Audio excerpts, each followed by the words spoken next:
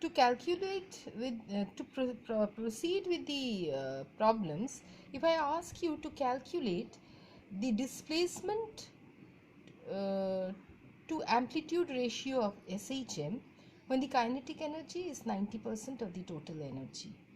So the displacement to amplitude ratio of SHM when calculate this, you have to calculate. Okay, the displacement to amplitude ratio when kinetic energy is 90% of total energy. Kinetic energy is 90% of total energy. So how would you do this? Well, energy for amplitude A is half m omega square A square. We have seen that from SHM. If y1 is the displacement, suppose say y1 is the displacement for kinetic energy, 90% of the total energy. Now, what is the potential energy? Well, the potential energy, if I call it, that is also equal to the kinetic energy. Okay, so EP y1, what is y1? Y1 is the displacement for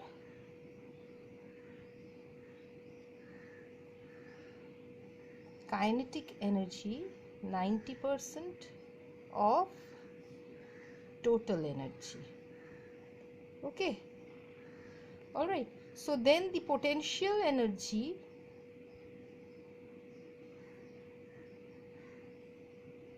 is equal to half then m omega square y1 square. So if we take the ratio of EP by E, potential energy by the total energy, okay, what is it then? It will be half m omega square y1 square divided by half m omega, because it's SHM, omega doesn't change. So this basically becomes the ratio of the square of the amplitudes, which is, if kinetic energy is 90%, potential energy will be 10%. So, well, y1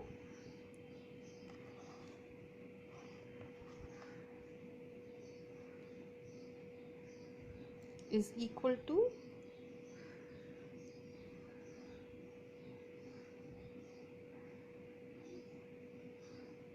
y1 by A will be equal to, if you take it as, because square of it is equal to this, so this is 0.1, so it is actually equal to square root of 0.1, which is equal to whatever it is, 0 point whatever.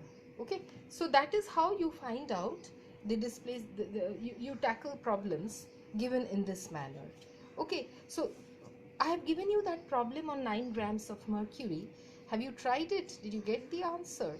So please try that problem which I had given you previously on 9 grams of I think it is 9 kg of mercury. Okay, so 9 kg of mercury is poured into a glass U tube with uniform internal diameter of 1.2 centimeter.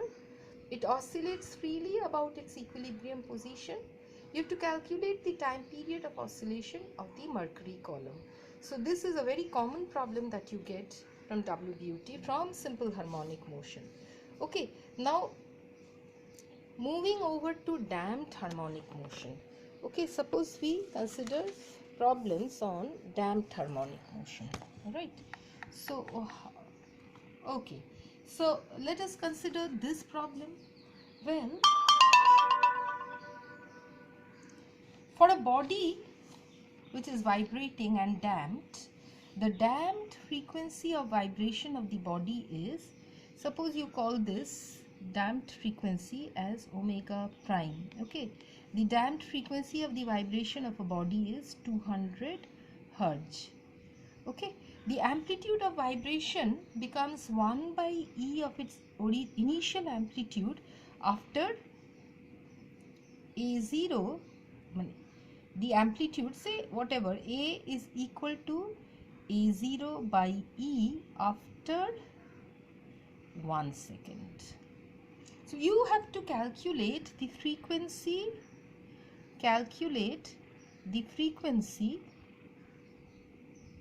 of free vibration. So observe many a times I come across this question of what to calculate, n or omega. So if you are asked to calculate the frequency, well, because frequency in an oscillator, in a simple harmonic damped or forced oscillator, for frequency we always refer to omega. So you better calculate omega in that case. Okay, so so when the damping is so what is it that you have to find out? You have to find out the frequency for free vibration. Now how do you proceed with this? See, amplitude for a damped vibrator A is equal to A0 e to the power minus kt. That's what we did in our calculation, isn't it? And after 1 second, amplitude after 1 second, what do you get? It is equal to A e to the power minus k t plus 1, isn't it? So if you go by the problem, then, well, A e to the power minus k t plus 1 is equal to 1 by E times A e to the power minus k t. So what do you get from here? E to the power minus k, isn't it, is equal to e to the power minus 1 is equal to e to the power minus k. All right, is it so what, by comparing, what do you get? K is equal to 1, isn't it? For low damping, what displacement do we have for low damping? For low damping, the corresponding y, if you consider theta as your phase, well, for low damping, the displacement y for a damped oscillator, what do we get? Y is equal to A e to the power minus kt sine of omega t plus or minus phi, whatever. Okay, this is what we get. So what is this? Omega prime t. Usually we call this omega prime t, isn't it? Now this omega prime is actually equal to omega 0 square minus k square, isn't it? Where omega prime is equal to square root of omega 0 square minus k square. Well, if you refer to, then this is what? This is equal to 2 pi into frequency of damped vibration, which is say 200. Okay, so now from here you have to solve for omega prime. So what is the value for omega prime? That you have to find out, isn't it? Okay, so, well,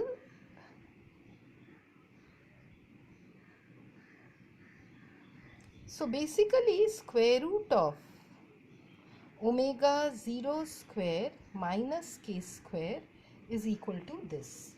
So as you have already obtained the value for k, you substitute to get the value for omega 0. That's what they have asked you, isn't it? So that is the problem that you get, the kind of problem that you get for damped oscillator. What if I give you this problem, problem 3? Problem number 3. What is that problem? The frequency of an undamped harmonic oscillator is adjusted to be equal to half the frequency experienced by the oscillator without damping. So you have to calculate the logarithmic decrement of the system. Frequency of a damped harmonic oscillator is adjusted to be equal to half the frequency experienced by the oscillator without damping. So you have to calculate the logarithmic decrement. Can you proceed? Okay. See, if you take omega 0 and omega prime to be the frequency of the undamped and damped oscillator respectively, then according to the problem, what is it? Well, as per your problem, omega prime is equal to omega 0 by 2, which is equal to square root of omega 0 square minus k square, where k is your damping constant. So from here you have to proceed and you have to find the log decrement. Okay, alright. So just try and see if you can do this problem. Okay, so let's stop over here. For other problems of forced oscillator, we have done some of the problems. I'll try to give you some from your assignment, so that for this Monday, let us have tests on both statistical, or should we have it on statistical physics only? Okay, then let us have it. I was thinking of having on statistical physics and oscillations. I think let us have it on both statistical physics and oscillations. Okay, so let's stop over here.